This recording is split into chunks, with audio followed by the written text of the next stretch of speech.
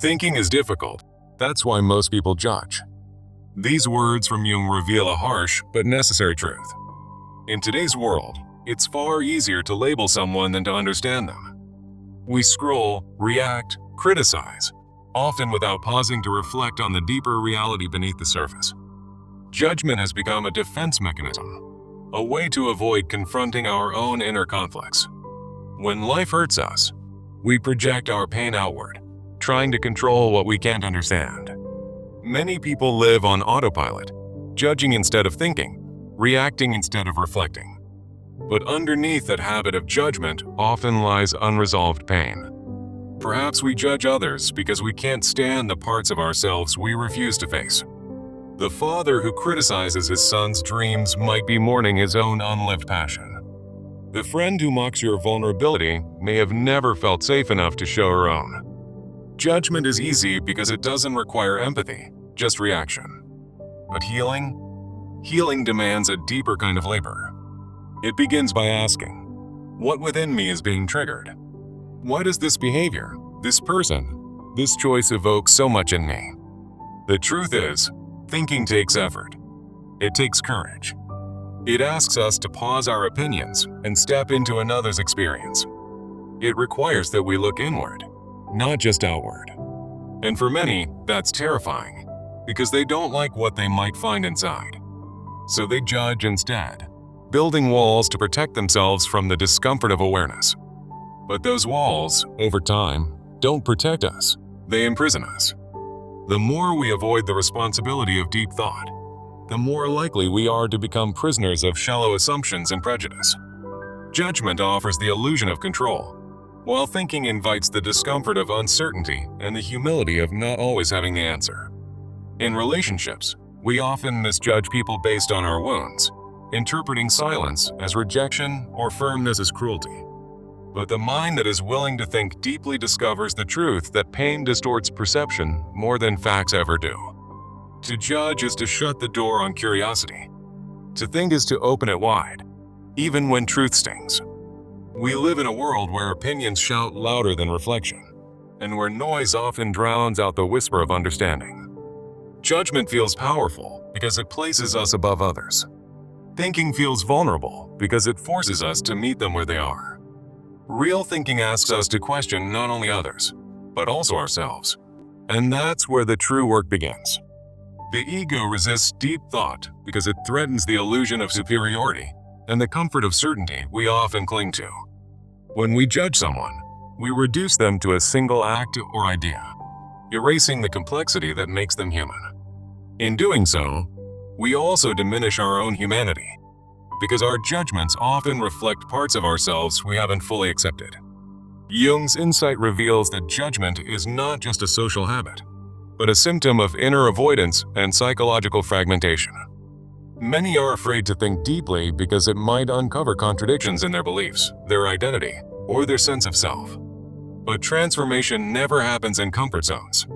It happens when we dare to think through the pain instead of running from it.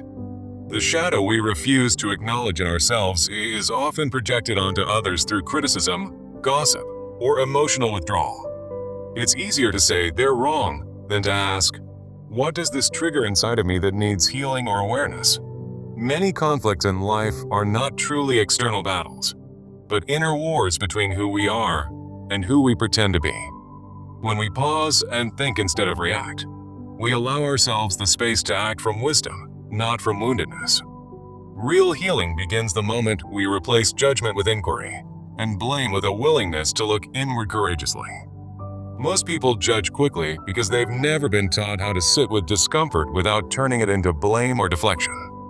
Thoughtful reflection is like spiritual excavation, digging beneath surface reactions to uncover old wounds, unmet needs, and forgotten truths. Every judgment we throw at another is an invitation to ask, what part of me still needs compassion and understanding? Without deep thinking, we risk becoming puppets of our programming, reacting out of habit instead of responding from conscious intention. The shadow thrives in unexamined minds, shaping our relationships, beliefs, and behaviors without us even knowing it. To think deeply is to shine light into dark corners, to reclaim agency from unconscious fears, and to integrate our wholeness. Judgment feeds division, but thought cultivates empathy, bridging the gap between broken people and the possibility of reconciliation. Most people never grow because they confuse comfort with truth and reaction with understanding. But the soul does not evolve through judgment. It evolves through reflection, humility, and the courage to think beyond appearances. The mind that refuses to think becomes a mirror for society's most unconscious patterns and unprocessed traumas. True consciousness begins where judgment ends, where thought pierces illusion, and we dare to meet reality with both grace and grit. Most people judge because it's faster than thinking, safer than feeling, and easier than admitting they might be wrong or wounded. To judge is to armor the ego, but to think is to expose it to uncertainty, contradiction, and potential transformation. Thinking requires us to confront complexity without retreating into the simplicity of stereotypes, assumptions, or convenient moral superiority. You cannot grow while clinging to judgment. You only reinforce the cage you've built around your own limited worldview. The ego fears thoughtful introspection because it dismantles illusions we've used to protect ourselves from pain, shame, or past failure. We often reject in others the very things we secretly dislike or suppress within ourselves, without realizing we're doing it. The parts of ourselves we don't accept will often appear as flaws in others, waiting to be judged rather than understood. Real thinking opens the door to compassion, because when we understand ourselves, we are far more capable of understanding others. You don't forgive through judgment. You forgive through understanding what shaped someone and choosing not to carry their pain anymore. A judging mind is rarely a healing mind, because it seeks to punish, not to comprehend or elevate the situation. When we begin to think clearly, we realize that most people are acting from fear, not malice or evil intent. The question is not, what do they do? But what pain are they trying to survive by doing this? Deep thinking dissolves resentment by illuminating the deeper dynamics.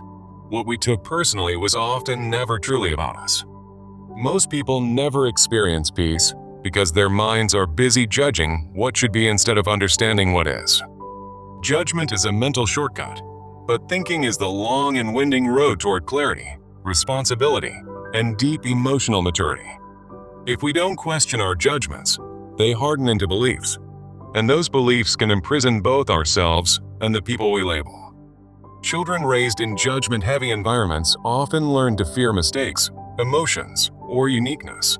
Thinking becomes dangerous, and conformity becomes survival. To begin healing, we must return to the power of thinking, not with cruelty, but with gentle curiosity and brave honesty. The shadow part of us wants certainty, control, and blame, but the soul longs for meaning, connection, and conscious responsibility. Thinking connects us to soul, because the soul is not satisfied with appearances. It longs to see beneath, to witness truth. When you think deeply, you stop needing enemies. You see that we are all mirrors, revealing each other's deepest unresolved wounds. The longer we live without thinking, the more reactive we become, ruled by emotion and assumption instead of insight and wisdom. You were not born to judge the world. You were born to understand it, grow through it, and help it evolve. A thinker does not escape pain, but they rise through it, using reflection as a ladder toward greater self-awareness and peace. Thinking is the beginning of freedom, because it allows you to choose your response instead of repeating unconscious generational cycles. When you dare to think, you begin to heal not only yourself, but also the unseen legacy passed down through silence. Most judgment is inherited. It's a script passed down from unthinking minds who never question the voices inside their heads. The real rebellion is not to judge louder. It is to pause, to think, and to reclaim your voice from unconscious programming.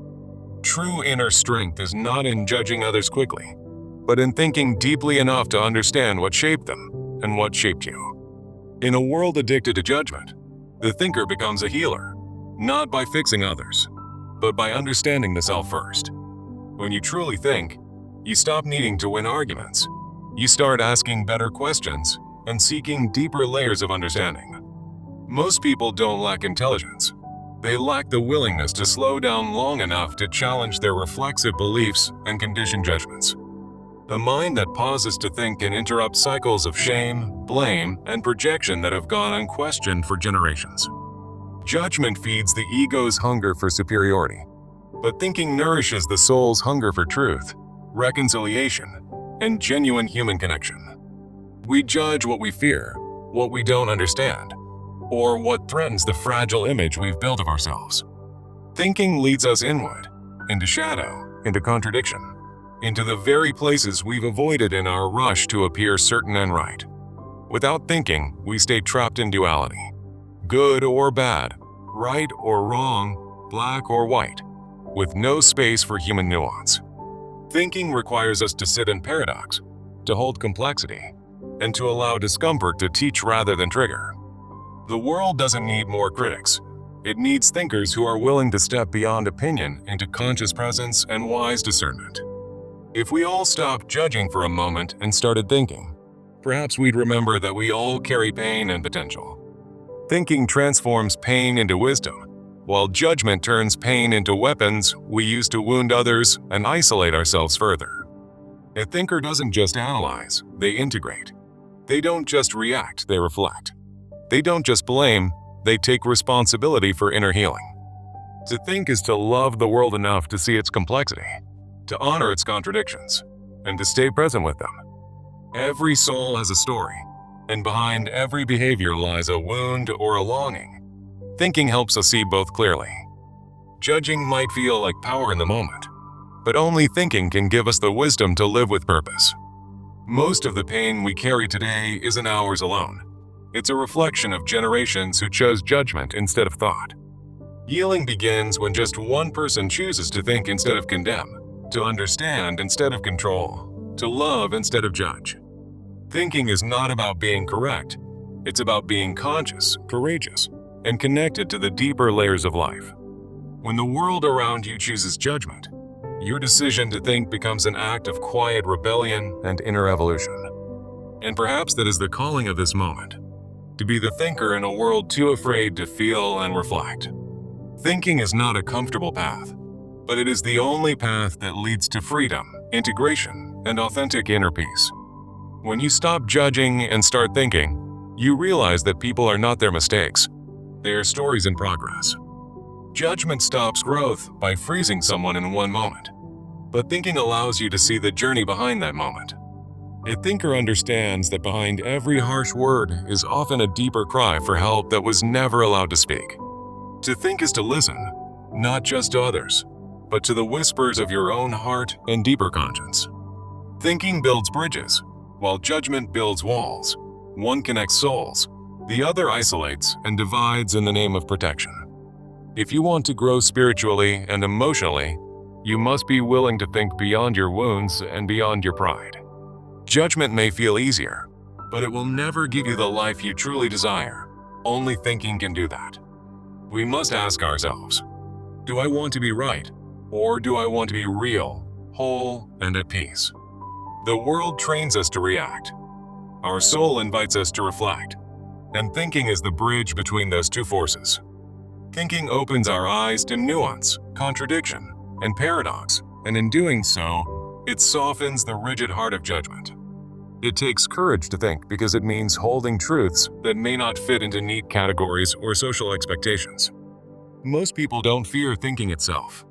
They fear what thinking will reveal about who they are and what they must change. But truth, once seen through thinking, liberates us from the illusions that have kept us small, reactive, and emotionally imprisoned. The shadow cannot survive in a mind that dares to think, reflect, and name things as they are without denial. Real transformation begins when we choose thought over noise, depth over surface, and truth over social approval or emotional avoidance. It's not that people are incapable of thinking. It's that many have never been shown the power and beauty of deep thought. To think is to look inward with clarity and outward with compassion. This is how wisdom and healing truly take root. Judgment demands nothing of you, but thinking demands your presence, your honesty, your self-awareness, and your willingness to evolve. The greatest thinkers were often not the loudest. but the ones who dare to sit with their pain and learn. Silence is not empty when filled with thought. It becomes a sacred space where clarity, healing, and vision can emerge. We break generational patterns not by judging our parents, but by thinking through the legacy they handed us and choosing anew. Every time you choose thought over reaction, you reclaim a piece of yourself that was once lost to fear or habit. You are not here to echo the thoughts of others. You are here to think, feel, awaken, and speak your own truth. In a world full of opinions, become the one who thinks deeply, lives truthfully, and loves with clarity and courage. When you think, you don't just change your life. You change the emotional climate of every relationship you touch. Your inner world becomes lighter, freer, and more grounded as you release judgment and invite thinking to lead the way. Thinking invites us into a higher vibration of being, where understanding replaces assumption and compassion replaces defensiveness. And once you've tasted that depth, you'll never again be satisfied with shallow judgment or surface-level living. The thinker becomes a peacemaker, not by avoiding conflict, but by approaching it with clarity, depth, and a commitment to truth. Most of the world's suffering doesn't come from difference. It comes from our refusal to think deeply about those differences. When you think, you recognize that every human being is carrying something heavy, often invisible, and usually unresolved. Judgment closes the heart, but thinking opens it, softening the edges where fear once built walls to keep love out. A society that teaches people to judge, but not to think, is a society that breeds division, fear, and emotional immaturity. The strength to think is rarer than intelligence. It's the daily decision to choose truth over comfort and awareness over assumption. Thinking reveals that behind every cruel act lies an unmet need, a distorted belief, or a desperate attempt to feel control. Your judgment may feel justified, but thinking asks you whether it brings healing, wisdom, or any real transformation to your life. People don't change because they're judged. They change when they feel safe enough to think differently about who they are. To think deeply is to engage with the world not as a battlefield, but as a mirror of our inner state. Thinking reveals that forgiveness is not about excusing the past, but about choosing to stop carrying its weight into the future. A thinker doesn't bypass pain. They pass through it consciously, allowing it to shape them into someone wiser, kinder, and more whole. Every act of thinking is an act of self-respect because it means you value truth more than approval or instant gratification. When you choose to think, you create space for grace for others, grace for yourself, and grace for the process. It's easy to call someone broken. It's harder to think about what broke them and how love might help them mend. The way you think shapes the way you live, and the way you live becomes the legacy you leave behind. Thinking helps you respond to life, not just react to it, and that shift alone can change everything. Even when emotions rise, thinking gives you the anchor to stay present, compassionate, and fully engaged with reality. Those who think are never truly alone, because their minds become sanctuaries of reflection, meaning, and soulful connection. The gift of thinking is that it never leaves you where it found you. It elevates you to something higher. Judgment demands punishment, but thinking seeks restoration. It asks, how can we understand, heal, and become more than our pain? To think deeply is to reclaim the narrative of your life from the hands of unconscious reaction and cultural programming. You become aware of your projections, your patterns, your inner wounds, and with that awareness comes the power to rewrite them.